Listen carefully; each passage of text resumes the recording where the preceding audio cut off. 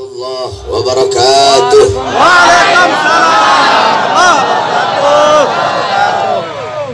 Bismillah wassalatu wassalam ala rasulillah Muhammad ibni Abdullah wa ala alihi wa sahbihi wa man wala. Wa ba'd. Saya cintai, yang saya muliakan para alim ulama, para habaib, para kiai, para asatid, para tuan-tuan guru, para tokoh masyarakat, para aparat pemerintah, wabil khusus guru kita Al-Habib Ja'far Baharun, Al-Habib Saleh bin Aqil, Al-Habib Haidar Al-Attas, Al-Habib Umar bin Shahab, Al-Habib Quraish bin Shahab, wabil khusus saya cinta, yang saya muliakan akhuya Al-Habib Naufal bin Shahab, Al-Habib Hadi bin Aqil, beserta seluruh para habaib, beserta para tuan guru yang lain. Wabil khusus yang saya cintai, yang saya muliakan segenap hadirin hadirat, bapak-bapak, ibu-ibu, khususnya para pemuda-pemudi sekalian, umat baginda Nabi besar Muhammad sallallahu alaihi wasallam yang selalu dimuliakan oleh Allah Subhanahu wa taala. Saudara-saudara, sebenarnya saya dilarang oleh keluarga saya, oleh anak istri saya, oleh sahabat-sahabat saya, oleh murid-murid pesantren saya untuk datang, karena saya dalam keadaan sakit. Udah 3 hari ini saya muntah-muntah darah. Mereka melarang saya karena kecintaan mereka kepada saya, tetapi tetap saya datang. Karena apa? Karena kecintaan saya kepada umat Islam Lombok lebih besar daripada kecintaan. Oleh karenanya sebelumnya saya mohon maaf karena tidak bisa lama, tetapi walaupun sedikit insya Allah bermanfaat. Hadirin sekalian yang dimuliakan oleh Allah Subhanahu wa taala, saya hanya akan membahas 2 masalah. Masalah yang pertama sebagaimana tema, yaitu istighasah kubra, dan masalah yang kedua tentang tahun baru Islam. Yang pertama, hadirin sekalian yang dimuliakan oleh Allah, kita duduk di ini majelis dalam rangka istighasah. Apa itu istighasah? Istighasah itu diambil dari kata ghauthun, artinya pertolongan. Ada istighasah, ada isti'anah. Isti'anah diambil dari kata aunun. Di sini banyak para santri, kalau dulu belajar sorof pasti tahu itu. Aunun pertolongan, ghauthun pertolongan. Cuma bedanya istighasah dengan isti'anah, itu kalau isti'anah biasanya memohon pertolongan dalam keadaan yang umum, tetapi kalau istighasah itu dalam keadaan khusus, keadaan yang terdesak, baru istighasah. Nah, ghauthun menjadi istighasah itu wazannya kalau dalam sorof wazan istaf'ala yastafilu istif'alan. Itu fi'il sulasi mazid dengan tambahan 3 huruf, yaitu hamzah wasol, sin dan ta. Bimakna tolab, maknanya adalah mana? Permintaan. Berarti kalau istighasah ghausun artinya pertolongan. Kalau menjadi istighasah berarti artinya si fa'il meminta kepada maf'ul untuk melakukan suatu pekerjaan. Contoh istighfar. Istighfar diambil dari kata ghufran, pengampunan. Berarti istighfar si fa'il meminta kepada Allah untuk mengampuni dia. Nah, istighasah berarti kita yang beristighasah meminta kepada Allah untuk menolong kita. Bimakna talab, yakni istighasah bimakna talabul ghauth, isti'anah bimakna talabul aun. Itu kalau dalam ilmu sorof. Berarti istighasah adalah kita berkumpul dengan membaca tahlil, tahmid, tasbih, takbir, tamjid, salawat, istighfar. Dengan apa? Memohon kepada Allah agar Allah Allah berikan perlindungan, agar Allah berikan pertolongan kepada bangsa kita, khususnya negeri-negeri, tempat-tempat yang terkena musibah, yaitu Lombok dan Sulawesi kemarin. Hadirin sekalian yang dimuliakan oleh Allah, qala Rasul sallallahu alaihi wasallam, masalul mu'min fi tawaddihim wa ta'atufihim wa tarahumihim masalul jasad idza istaka minhu udwun tada'a sa'irul jasad bis-sahari wal humma. Apa kata Nabi? Perumpamaan orang yang beriman itu bagaikan satu jasad, bagaikan satu tubuh. Apabila ada sebagian anggota tubuh yang merasakan sakit, maka seluruh tubuhnya akan merasakan demam, merasakan panas, seluruh tubuhnya merasakan sakit. Kelingking kamu terluka, seluruh tubuhmu merasakan sakit. Gigimu sakit, seluruh tubuh merasakan sakit. Matamu sakit, seluruh tubuh merasakan sakit. Seperti itulah perumpamaan orang yang beriman.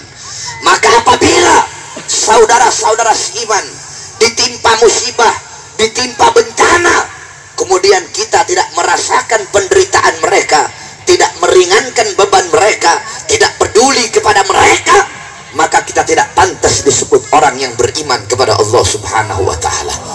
Oleh karenanya, saudara-saudara sekalian, saya ketika gempa di Lombok, saya ketika itu ada di Jakarta, saya ceramah di Jakarta, saya ceramah di Jawa, saya berkata kepada orang-orang yang ada di sana, musibah gempa bumi yang menimpa Lombok, penderitaan masyarakat Lombok adalah penderitaan kita juga. Saya berkata di sana, air mata masyarakat Lombok, darah masyarakat Lombok adalah air mata dan darah kita juga.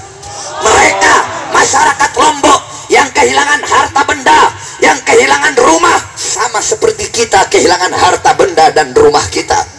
Mereka umat Islam Lombok, mereka orang tua yang kehilangan anak, anak yang kehilangan orang tua, sama seperti kita kehilangan orang tua kita dan kita kehilangan anak kita. Mereka suami yang kehilangan istri, istri yang kehilangan suami, sama seperti kita kehilangan istri kita atau istri kita kehilangan kita. Kalau kita tidak merasakan penderitaan yang mereka rasakan, maka kita tidaklah punya iman kepada Allah Subhanahu wa Ta'ala. Nah, saudara-saudara, belum selesai Lombok, Lombok belum selesai. Daerah kami Sulawesi, Allah Subhanahu wa Ta'ala berikan gempa bumi yang bahkan lebih dahsyat dari Lombok. Bukan cuma gempa bumi, bahkan tsunami yang menyebabkan ribuan orang meninggal. Hadirin sekalian yang dimuliakan oleh Allah, kenapa Allah berikan bencana gempa bumi? Padahal Lombok negeri 1000 masjid, 400 meter masjid, 500 meter masjid, sekilo masjid, sekampung ada 3 masjid, banyak pondok pesantren, banyak para tuan guru. Tapi kenapa Allah berikan bala? Kenapa Allah berikan bencana? Itu Lombok. Sulawesi Tengah di Palu. Di Palu ada pondok pesantren kami, Al Khairat. Di sana guru besar kami dikuburkan di sana. Guru tua Al Habib Idrus bin Salim Al Jufri. Banyak pondok pesantren, banyak para ulama, banyak para habaib, banyak para kiai. Tapi kenapa Allah berikan gempa bumi? Kenapa Allah berikan tsunami? Padahal itu daerah-daerah yang banyak pondok pesantren, daerah-daerah yang banyak masjid-masjidnya. Ketika Allah berikan gempa bumi, ketika Allah berikan tsunami, jangan kamu bertanya kepada Allah, ya Allah, kenapa Lombok kau kasih gempa bumi? Ya Allah, kenapa kau hilangkan harta benda kami, kau hancurkan rumah kami? Jangan kamu bertanya, ya Allah, kenapa air laut kau tumpahkan kepada kami?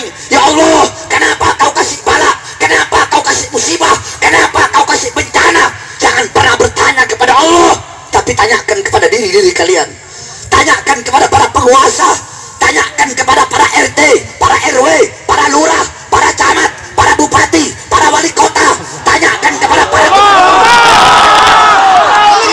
tanyakan kepada presiden, tanyakan kepada para ulamanya, ustadznya, kiainya, tuan gurunya, habibnya, perbuatan dosa dan maksiat apa yang kita lakukan. Allah berikan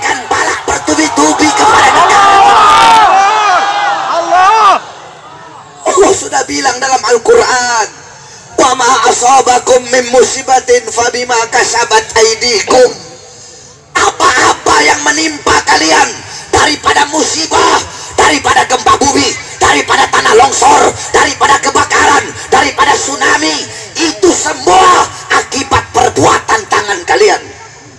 Ma asabaka min hasanatin famin Allah, ma asabaka min sayyiatin famin nafsika. Itu dalam Al-Quran Allah katakan, apa-apa yang menimpa kamu daripada kebaikan itu datangnya dari Allah, dan apa-apa yang menimpa kamu daripada keburukan, daripada bala, daripada bencana, daripada gempa bumi, daripada tanah longsor, daripada tsunami, itu akibat perbuatan diri kalian sendiri. Saudara-saudara, Lombok negeri 1000 masjid, di Palu ada Al-Khairat, ada magomnya wali Habib Idrus bin Salim Al-Jufri. Di Lombok ada magomnya wali Tuan Guru Zainuddin, pendiri Nahdlatul Wathon. Tapi kenapa Allah berikan bala? Kenapa Allah berikan bencana? Jangankan Lombok tempatnya ulama, jangankan Palu tempatnya ulama dan habaib, di zaman Nabi pun ada gempa bumi. Di zaman Nabi pun ada gempa bumi. Dalam hadis riwayat Al-Imam Ad-Daruqutni dan riwayat Al-Imam At-Tirmidzi, bahwasanya Nabi Muhammad ketika itu menaiki Gunung Sabir bersama Sayyidina Umar, Sayyidina Abu Bakar, dan Sayyidina Utsman radhiyallahu anhum. Ketika Nabi Muhammad, Sayyidina Umar, Sayyidina Utsman, dan Sayyidina Abu Bakar naik Gunung Sabir, tiba-tiba Gunung Sabir bergejolak. Gunung Sabir gempa bumi, padahal di atasnya ada makhluk yang paling mulia, yaitu Rasulullah SAW. Ketika ada gempa bumi, Nabi letakkan tangannya, Nabi berkata, wahai Sabir, tenanglah, belum saatnya bagimu wahai Sabir. Ketahuilah, di atasmu ada seorang Nabi, di atasmu ada seorang Siddiq, maksudnya Sayyidina Abu Bakar As-Siddiq.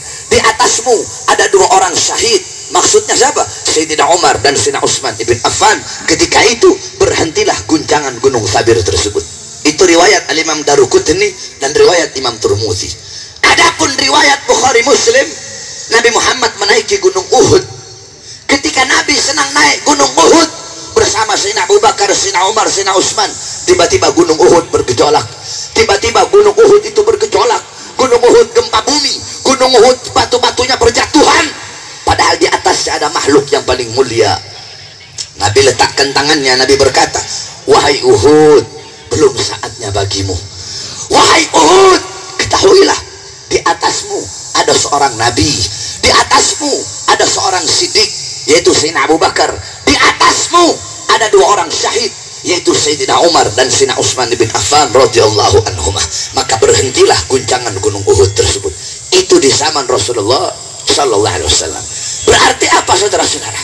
Selama di muka buminya Allah masih banyak para ulama, masih banyak para aulia, masih banyak orang-orang soleh, masih banyak paku-paku bumi, maka selama itu juga akan aman dari balak dan bencana dari Allah Subhanahu wa taala. Amin. Selama ulamanya masih istiqamah di jalan Allah Subhanahu wa taala, maka selama itu tempat itu akan aman dari azab dan balak.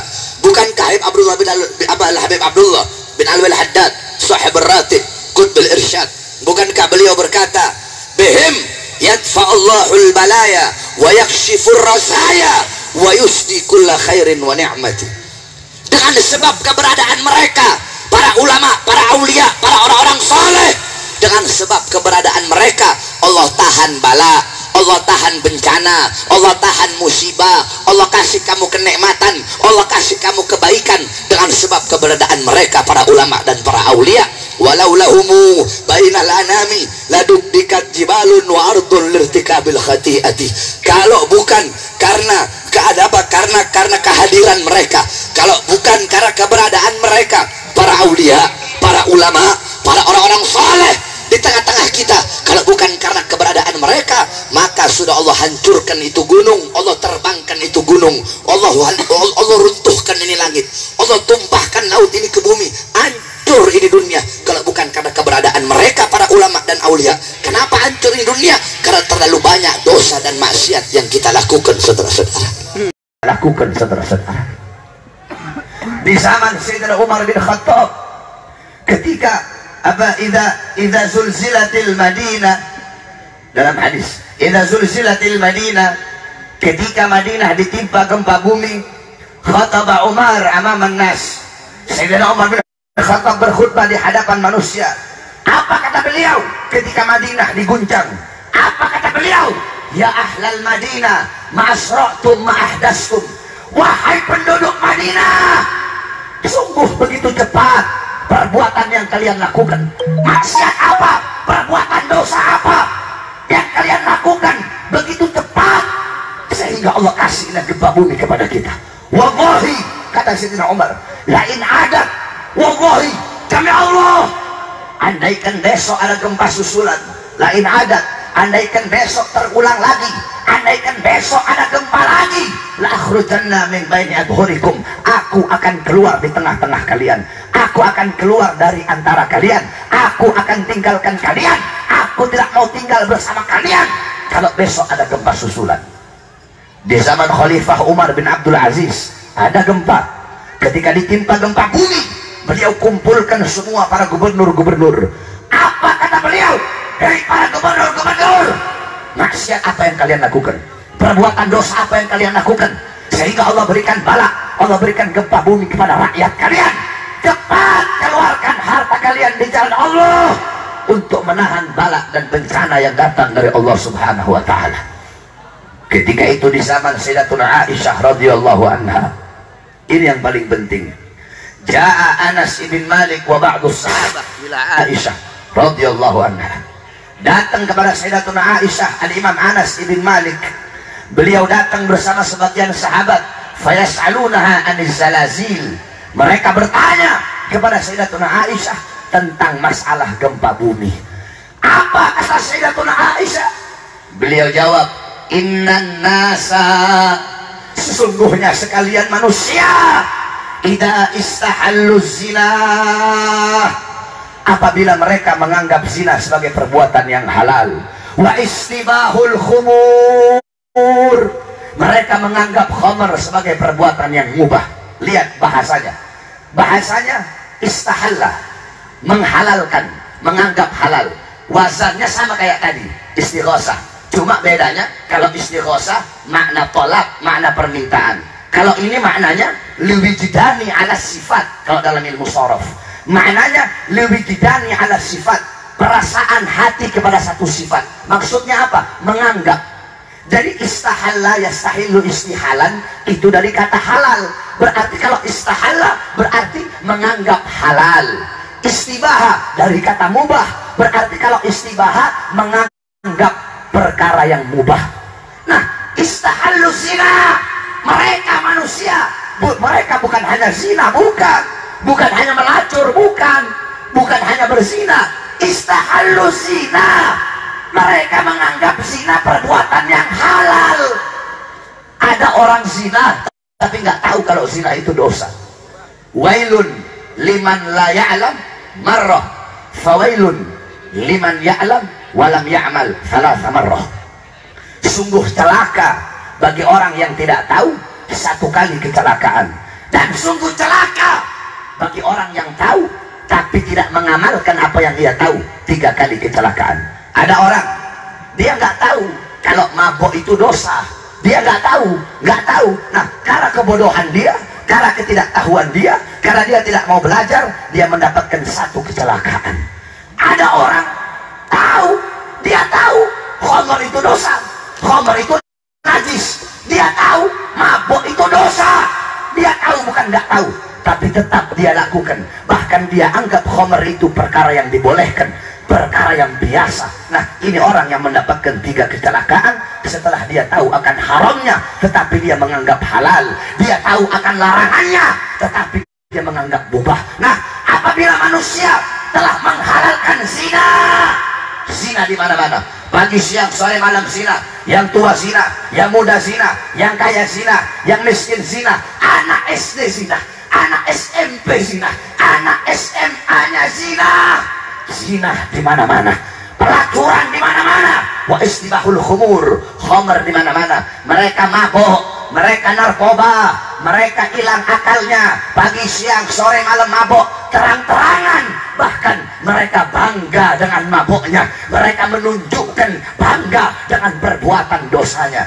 Yang ketiga, wadarabu bil ma'azif, mereka memukul, memainkan alat-alat musik yang membuat lupa kepada Allah. Dangdutan, orkesan, diskoan, pagi siang sore malam dangdut, pagi siang sore malam orkes, pagi siang sore malam disko. Lidahnya kering dari sholawat, lidahnya kering dari Quran, lidahnya kering dari zikir, kering dari tahlil, kering dari tahmid. Apabila tiga perkara ini telah merajalela di tengah-tengah manusia, maka Allah berkata, wahai bumi, guncang mereka, goyang mereka. Kalau mereka berhenti, kalau mereka bertaubat, jangan kau guncang. Tapi kalau mereka tidak bertaubat, guncang mereka sampai mereka hancur, sampai mereka binasa. Saudara-saudara, Allah sudah kasih peringatan umat Islam Indonesia dengan adanya gempa bumi di Lombok. Tapi tetap yang berbuat dosa dengan perbuatan dosanya, yang berbuat maksiat tetap dengan perbuatan maksiatnya, nggak kapok. Allah seakan-akan Allah berkata, aku beri kalian pelajaran, lihat tuh gempa di Lombok, tapi kalian tetap berbuat dosa, kalian tetap berbuat maksiat. Allah berikan gempa yang lebih besar yang ada di Palu, saudara-saudara. Loh, kenapa Lombok negeri 1000 masjid, tapi kok Allah kasih balak, kok Allah kasih bencana? Saudara-saudara, memang betul Lombok negeri santri, Lombok tempat pesantren. Tetapi harus kamu ingat juga bahwasanya kamu sendiri lebih tahu dari saya berapa banyak bule-bule yang jemur teteknya di Lombok, saudara-saudara. Berapa banyak bule-bule yang mabok-mabokan, berapa banyak bule-bule yang mabok-mabokan, zina terang-terangan, hanya gara-gara beberapa orang yang berbuat dosa di Lombok. Akhirnya satu Lombok Allah berikan balak dan bencana, saudara-saudara. Begitu juga di Palu. Saya kasih tahu kamu, itu Palu Al Khairat, banyak pondok pesantren, ribuan cabang. Tapi kenapa Allah kasih balak? Harus kamu tahu, di Palu dari semua Sulawesi, saya Sulawesi Utara, Sulawesi Selatan, Sulawesi Barat, Sulawesi Tenggara, Sulawesi Tengah, dari satu Sulawesi itu pusat pelacuran terbesar adanya di Palu, saudara-saudara. Lebih besar daripada Doli. Jawa Timur ada di Surabaya itu ada Doli. Di Palu lebih besar daripada Doli. Di Palu ada LGBT ribuan, pesta seks di pinggir pantai. Nah, karena beberapa perbuatan dosa, hanya beberapa congor-congor yang bermaksiat, beberapa orang yang berbuat dosa, segelintir orang yang berbuat dosa, akhirnya apa? Akhirnya Allah berikan balak dan musibah. Kalau Allah udah kasih balak, Allah tidak pandang bulu, yang soleh, yang durhaka, semua ikut kena. Kalau Allah sudah kalau sudah Allah kasih balak dan musibah. Cuma bedanya, Sayyidina Anas bin Malik nanya, terus apakah itu balak atau itu rahmat? Kata Anas bin Malik bertanya kepada Sayyidatuna Aisyah, bagi orang-orang yang taat, bagi orang-orang yang patuh, itu adalah nasihat dan rahmat dari Allah Subhanahu wa Ta'ala. Makanya saya tanya masyarakat Lombok, mau nggak dikasih gempa bumi lagi? Mau apa tidak? Kurang keras, mau apa tidak? Mau apa tidak? Mau apa tidak? Mau apa tidak? Kalau kalian tidak mau ada gempa bumi, ada tsunami, ada longsor, ada balak, ada bencana, mulai dari sekarang di kampung-kampung kalian, desa-desa kalian, kalau ada yang mabok terang-terangan, zina terang-terangan, dangdut, orkes, disco, bubarkan, saudara-saudara. Saya tanya, siap bubarkan? Siap bubarkan? Saya tanya, kalau satu kampung mabok terang-terangan, zina terang-terangan, disco, kemudian dangdut, orkes, Allah kasih bala, anak kecil yang tidak berdosa ikut kena apa tidak?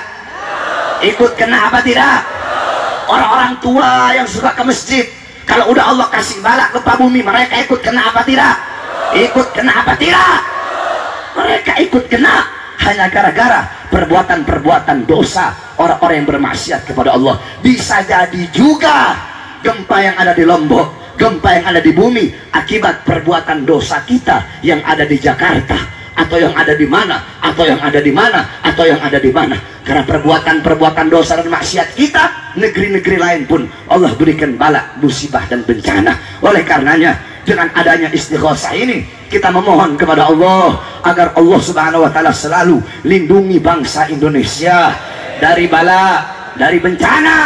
Allah angkat segala kesusahan-kesusahan, penderitaan-penderitaan, khususnya masyarakat Lombok yang terkena bala dan musibah. Amin amin ya rabbal. Itu yang pertama. Yang kedua, karena saya nggak mau melenceng dari tema, saudara-saudara. Yang kedua, kita berada pada tahun baru Islam, betul? Tahun baru Islam namanya tahun baru apa? Namanya tahun baru apa? Hijriyah. Mau saya ceritakan asal usul tahun baru Hijriah? Mau saya ceritakan? Mau saya ceritakan? Di dalam kitab Tarikh Al-Imam Ibnu Jarir At-Tabari, begitu juga dalam kitab Syiarul Alam An-Nubala karangan Al-Imam Az-Zahabi, begitu juga dalam kitab Al-Bidayah wan Nihayah karangan Al-Imam Ibnu Katsir, dijelaskan bahwasanya orang Arab jahiliyah sampai zaman Nabi, sampai zaman Sayyidina Abu Bakar, sampai zaman Khalifah Umar bin Khattab menjabat khalifah di tahun kedua, itu umat Islam tidak punya tahun, nggak punya kalender. Jadi makanya kalender Qamariyah berdasarkan hitungan bulan. Mereka tahu Rajab, Sya'ban, Ramadan, Syawal, Dzulqa'dah, Dzulhijjah, Muharram, Safar, Rabiul Awal. Mereka tahu, tapi nggak ada tahun. Sehingga penamaan tahun ketika itu sesuai dengan kejadian terbesar yang terjadi sepanjang tahun tersebut. Contoh, ada namanya Amul Fil, tahun gajah. Kenapa dinamakan tahun gajah? Wasummiya Amal Fil li'anna Malik al-Habasyah ja'a ilal Makkah wa kana fi filun adim lihadmil Ka'bah. Dinamakan tahun gajah karena Raja Habasyah datang ke Mekah untuk apa? Untuk menghancurkan Ka'bah. Dia membawa pasukan gajah yang besar. Nah, sepanjang tahun kejadian terbesar adalah datangnya pasukan gajah. Makanya tahun itu dinamakan tahun gajah. Ada namanya Sanatul Idni, tahun izin. Kenapa dinamakan tahun izin? Karena pada tahun tersebut Nabi Muhammad dan para sahabat diizinkan untuk hijrah. Ada namanya Sanatul Amri, tahun perintah. Kenapa dinamakan tahun perintah? Karena kejadian terbesar sepanjang tahun, Nabi Muhammad dan para sahabat diperintahkan untuk memerangi orang-orang musyrik. Ada namanya Sanah Tajdidul Ka'bah, tahun renovasi Ka'bah. Kenapa dinamakan tahun renovasi Ka'bah?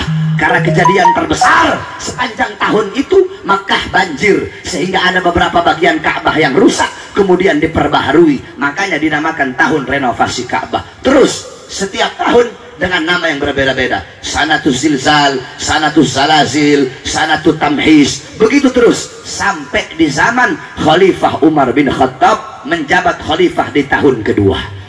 Ketika beliau menjabat khalifah di tahun kedua, beliau menulis surat kepada Al-Imam Abu Musa Al-Asy'ari yang ketika itu menjadi gubernur di Basrah.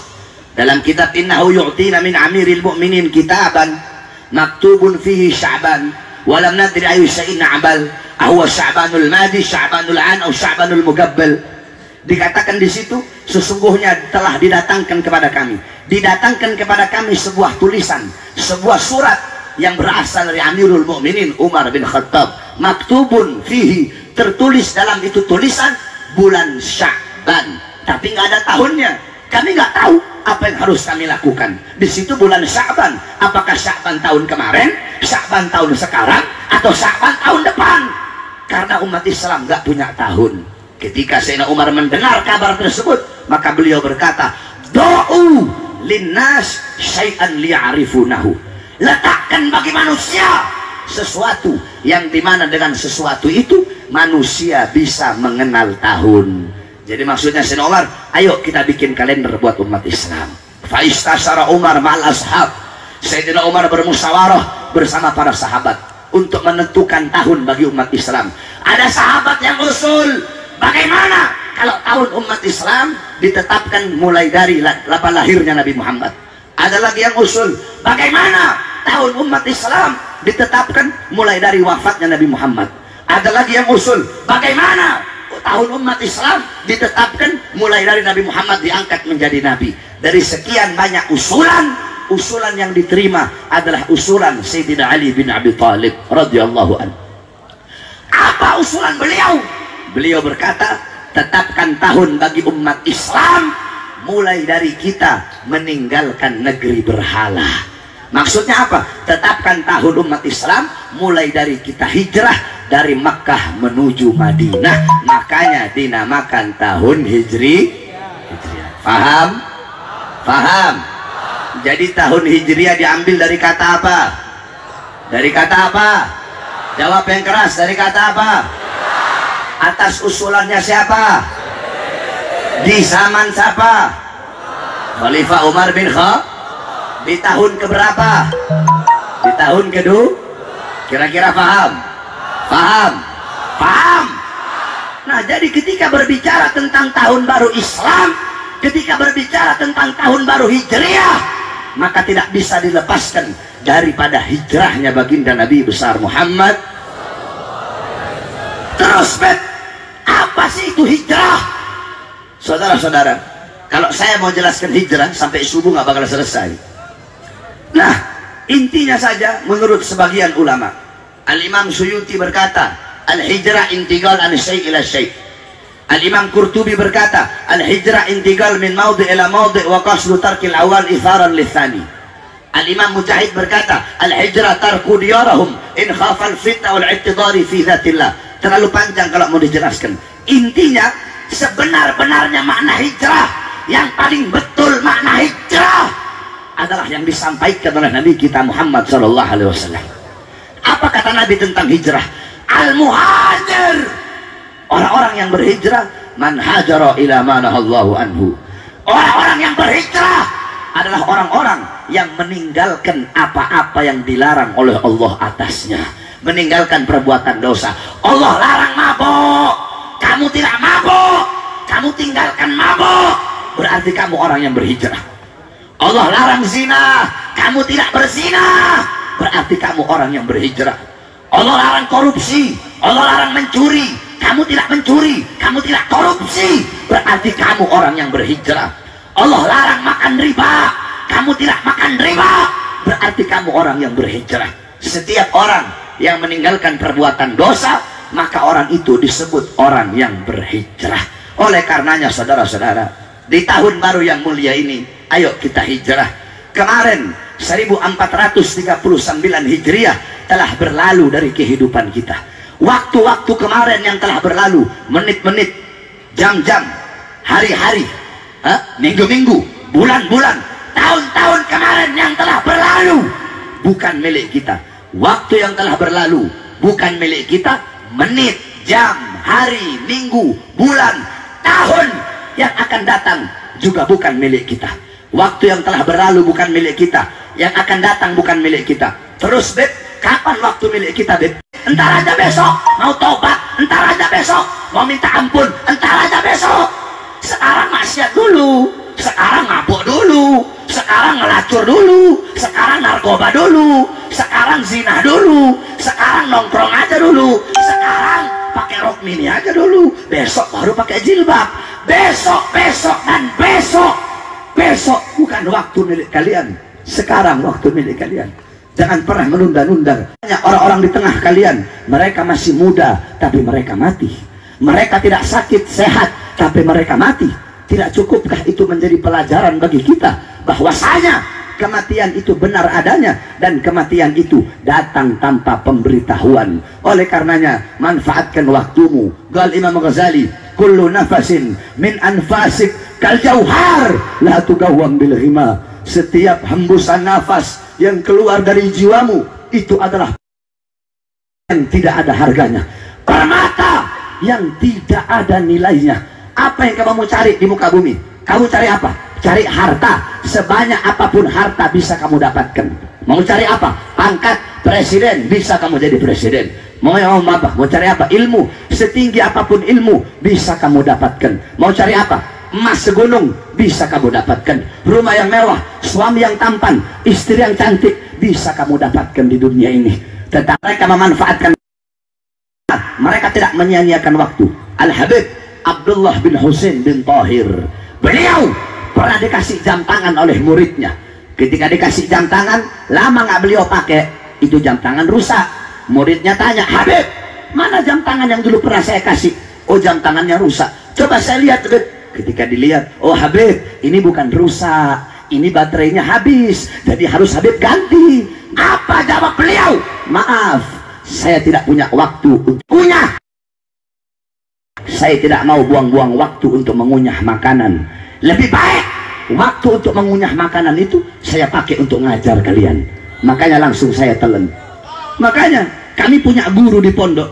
Saya waktu mondok di Darul Ghawad Dakwah, kami punya guru namanya Al-Ustadz Al-Habib Muhammad bin Idrus Al-Haddad.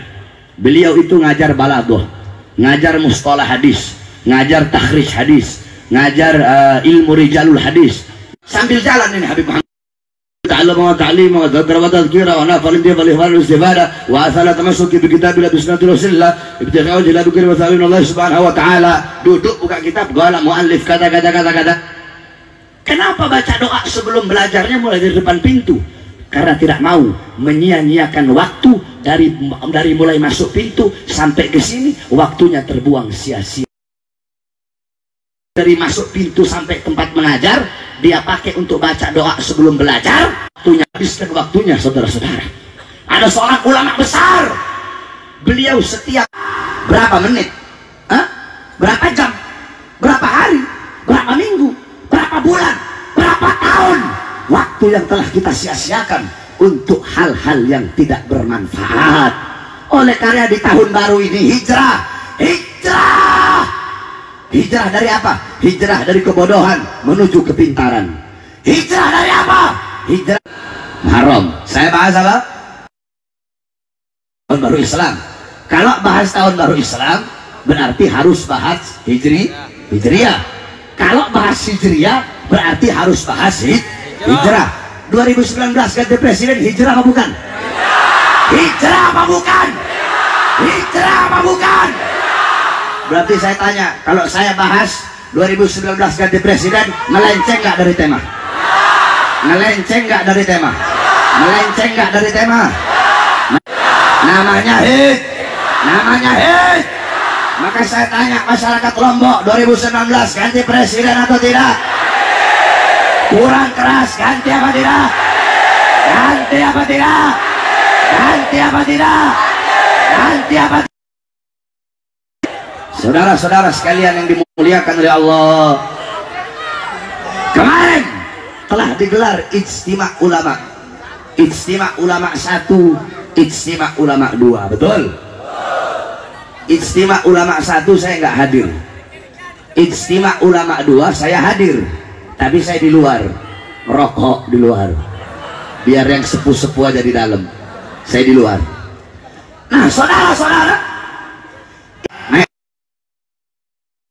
yang naik mobil isi bensin sendiri, yang udah nyampe Jakarta nginap di hotel bayar sendiri, yang makan beli sendiri. Tidak ada satupun partai atau satupun calon yang membiayai ijtima ulama 1 dan 2 kemarin, saudara-saudara. Kenapa para ulama berkorban hartanya, waktunya? Kenapa? Karena para ulama yang istiqomah mau tanda tangan, mau tanda tangan 17 fakta integritas yang disodorkan oleh para ulama, sehingga akhirnya saudara-saudara, makanya kita bela, kita perjuangkan dia mati-matian, betul? Nah saudara-saudara sekalian, saya teringat perkataan Al-Imam Abu Aswad Ad-Du'ali. Tahu Abu Aswad Ad-Du'ali? Siapa? Pengarang ilmu besarnya. Para raja, para penguasa, para pemerintah, mereka mengatur manusia, mereka yang mengatur rakyat, mereka mengatur masyarakat. Terus siapa yang bisa ngatur mereka? Tuan guru, para ustadz, para kiai, para habaib. Wa syarrul ulama alladhi yaj'alu ilmahu tabi'an li ra'yil muluk. Naudzubillah min dzalik. Paling buruknya ulama, paling bejatnya ulama adalah ulama yang menjadikan ilmunya untuk mengikuti kemauan penguasa. Penguasa bilang pilihan ulama. Yang pertama ulama pilihan presiden, kedua presiden pilihan ulama. Mana lebih baik, satu apa dua?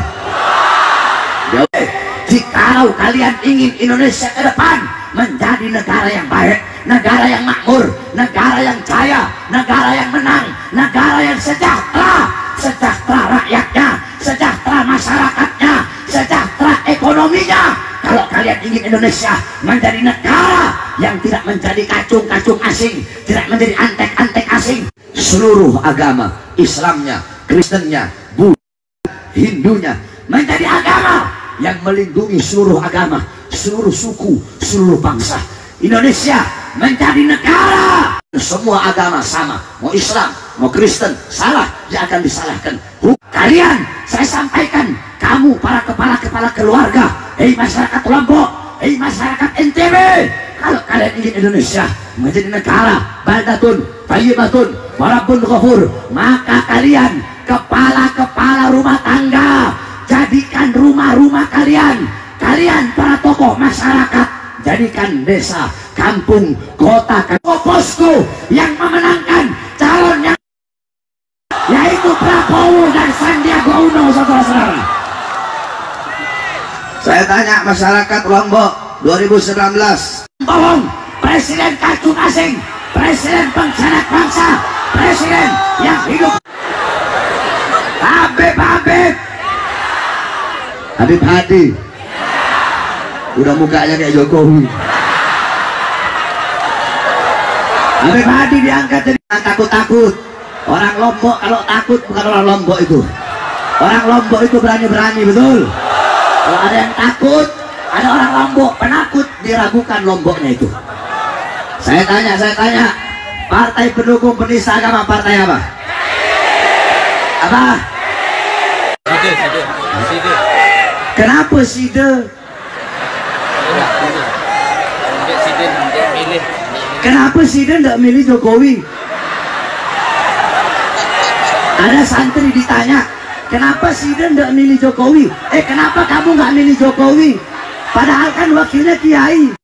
Bagus apa rusak? Bagus apa rusak? Bagus apa rusak? Saya kasih tahu sama kamu ya, calon yang diusung itu kacung, calon yang diusung partai itu mutabik, pengikut. Mereka ngikut apa kata partainya. Mau ustadz, mau kiai, mau habib, mereka bakal nurut sama partainya, betul? Betul. Emaknya bilang A, walaupun A itu salah, walaupun A itu kan, kita hormati kiainya, kita hormati kiainya, kita hormati MUI-nya, kita hormati ilmunya. Tapi untuk memilih, maaf Pak Kiai, Anda bukan pilihan kami. Kenapa? Karena Anda telah bergabung dengan partai pendukung penista agama. Sampai ikut joget, saudara-saudara.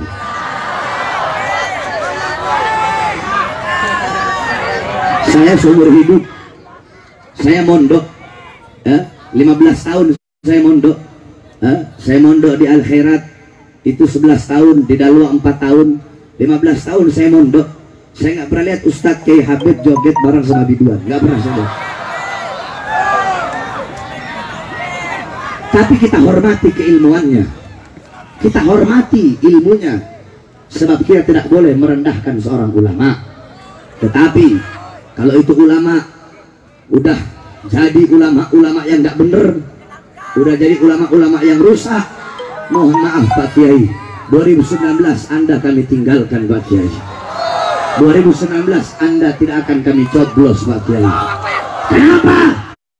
Karena Anda adalah pilihan presiden, sedangkan kami akan memilih presiden yang dipilih oleh para ulama-ulama kami. Makanya saya tanya sekali lagi, 2019 ganti presiden atau tidak? Kurang keras. Kalau dihalangi polisi gimana? Bohong.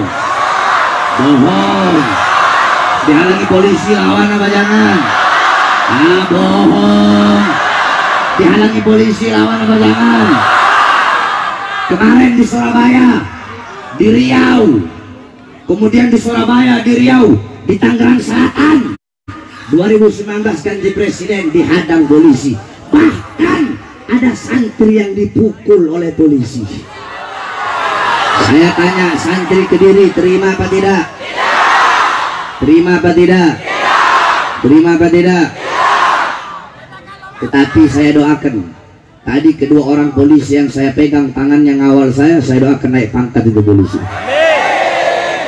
Tadi ada dua polisi masih muda.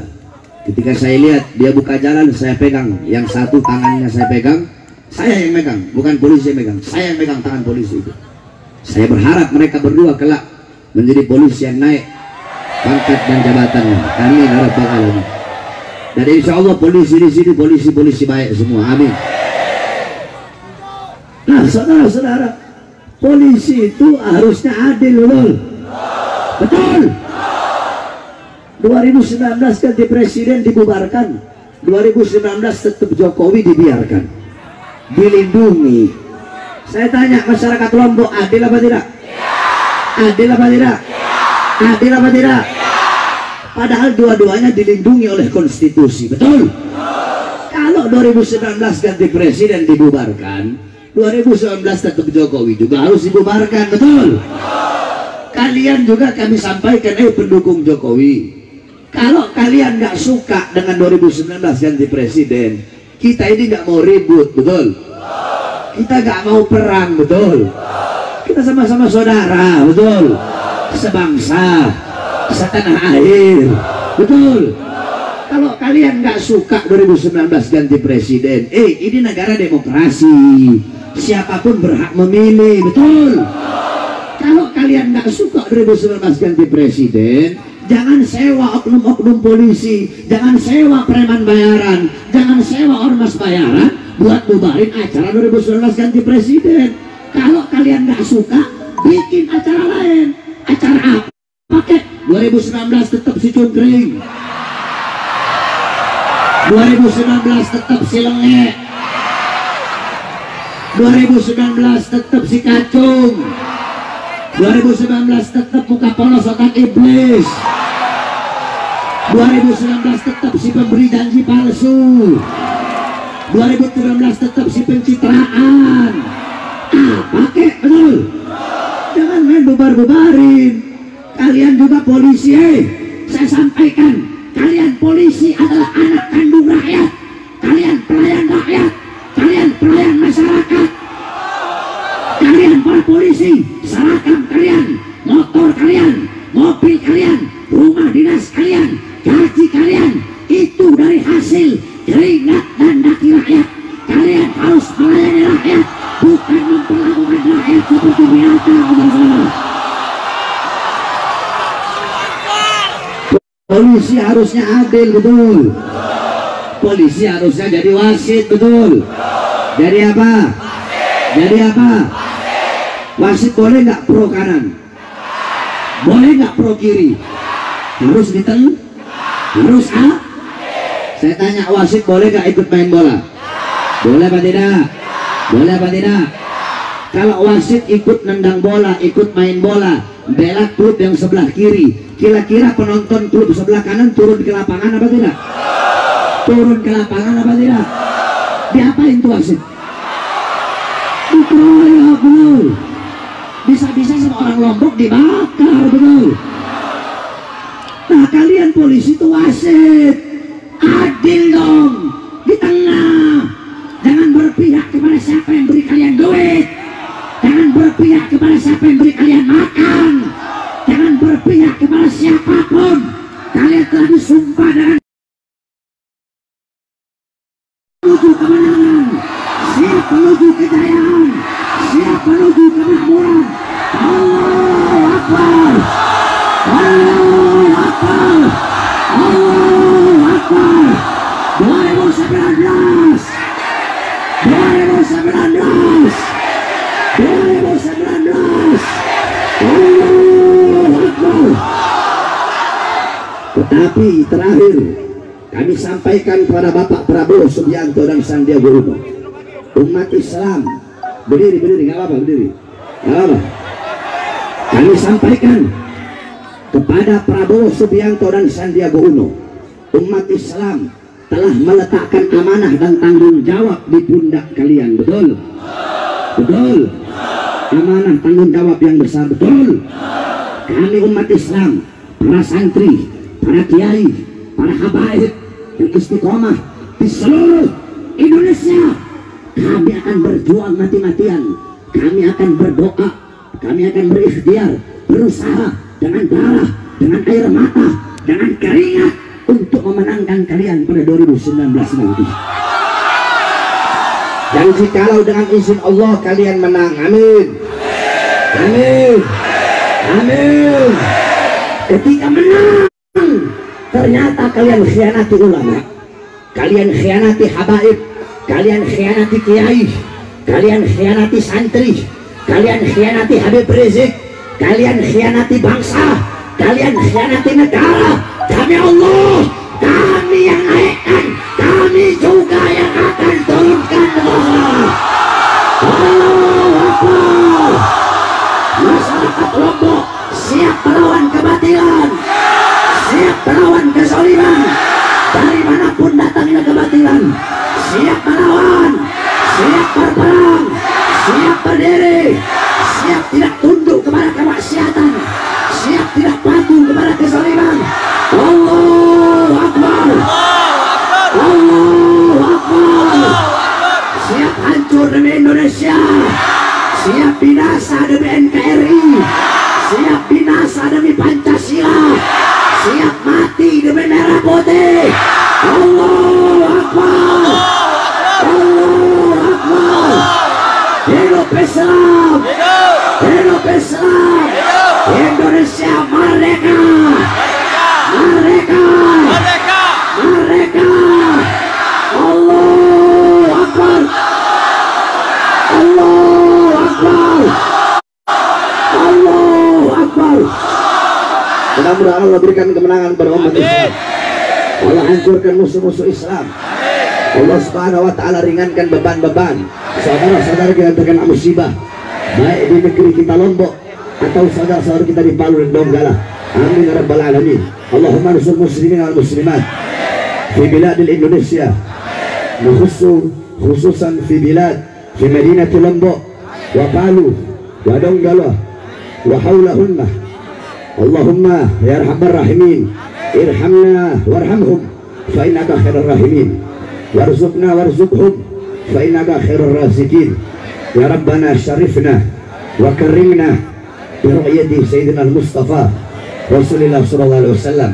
Allahumma iftah lana wa lahum futuhat al-arsyiyah wal rahmah wal barakah wal hidayah wal inayah wal maut ala dinil Islam, wal maut ala dinil Islam, wal maut ala dinil Islam. Wa sallallahu alaihi wasallam Muhammad wa ala alihi wa sahbihi wa barik wasallam walhamdulillahi rabbil alamin. Saudara-saudara duduk kembali.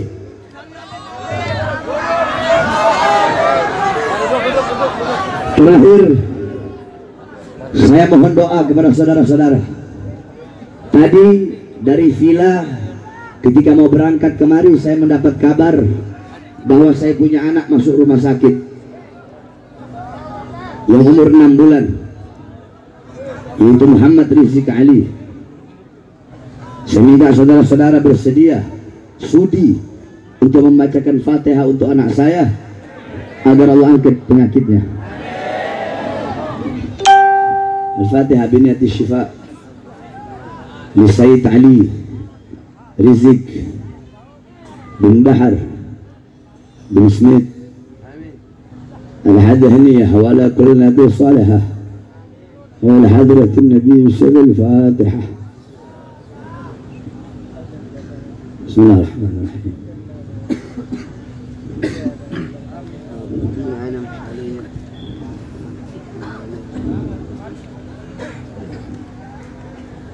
Saudara-saudara sekalian yang dimuliakan oleh Allah, biasanya saya kalau habis ceramah itu besoknya panitia didatengin sama polisi. Jadi besok ini kayaknya Alik Novel datengin sama polisi besok. Oh, udah CS. Masya Allah, berarti kalau udah CS. Berarti polisinya polisi akhirat. Saya banyak teman-teman polisi, murid-murid polisi banyak saya. Kalau polisi yang suka ngaji itu, di kontak HP saya tulis polisi akhirat. Bang Bolang, Bang Bolang Zen, Bang Bolang, Bang Bolang polisi akhirat. Pak Din Intel polisi akhirat. Pokoknya polisi yang cinta Habib, cinta ulama, itu di kontak saya tulis polisi akhirat, polisi akhirat, polisi akhirat, polisi akhirat. Mudah-mudahan semua polisi yang di sini jadi polisi yang baik. Tapi kalau memang ada yang mau datengin panitia, saya sampaikan, jangan ancam panitia, jangan teror panitia, jangan tangkap panitia, jangan penjarakan panitia. Kalau mau tangkap, mau teror, mau ancam, mau penjarakan, ancam, teror, penjarakan, dan bunuh saya tanggung jawab dunia akhirat. Saya ini nggak bisa diatur. Kadang ada polisi di Jakarta, nggak tahu kalau di sini. Di Jakarta biasanya itu polisi bisikin panitia, kalau mengundang Habib Bahar bilangin Habib, jangan bahas-bahas politik ya, jangan bahas-bahas Mak Banteng ya, jangan bahas-bahas Jokowi ya, bilangin ya, bahas saja ilmu, akhlak, adab, kisah Nabi, nggak usah keras-keras. Panitia ngomong ke saya, salahnya panitia situ. Saya kalau panitia udah ngomong, Beb, ini saya di ini mau polisi, Beb, lagi sakit nih, langsung seger saya. Jadi gampang kalau kamu pengen saya datang, bilang aja, Beb, acara saya diteror polisi, Beb. Oh ya, saya datang. Itu caranya.